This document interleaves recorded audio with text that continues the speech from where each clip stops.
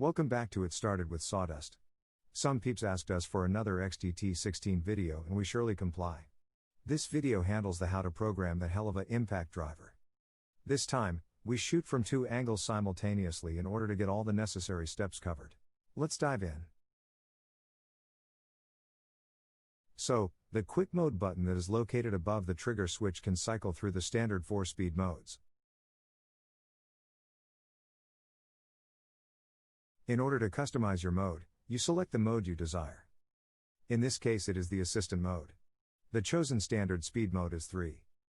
You confirm the assistant mode by depressing the quick mode button and the one that shows the hammer and screw symbol on it. The LED name C will blink in green for a couple of times upon successful completion. You can toggle back and forth between third speed mode and assistant mode with ease. Just check the green LED to ensure you are on point.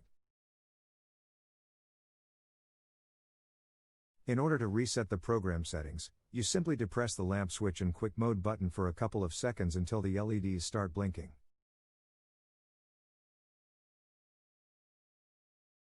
You can do it by holding the assistant mode and quick mode button. The LEDs will blink upon completion. In case you work with thick gloves or mittens, deactivating the quick mode button can become handy. That's also easy peasy. Simply reverse the process and you are good to go. That concludes today's how to program the Makita XDT16 video.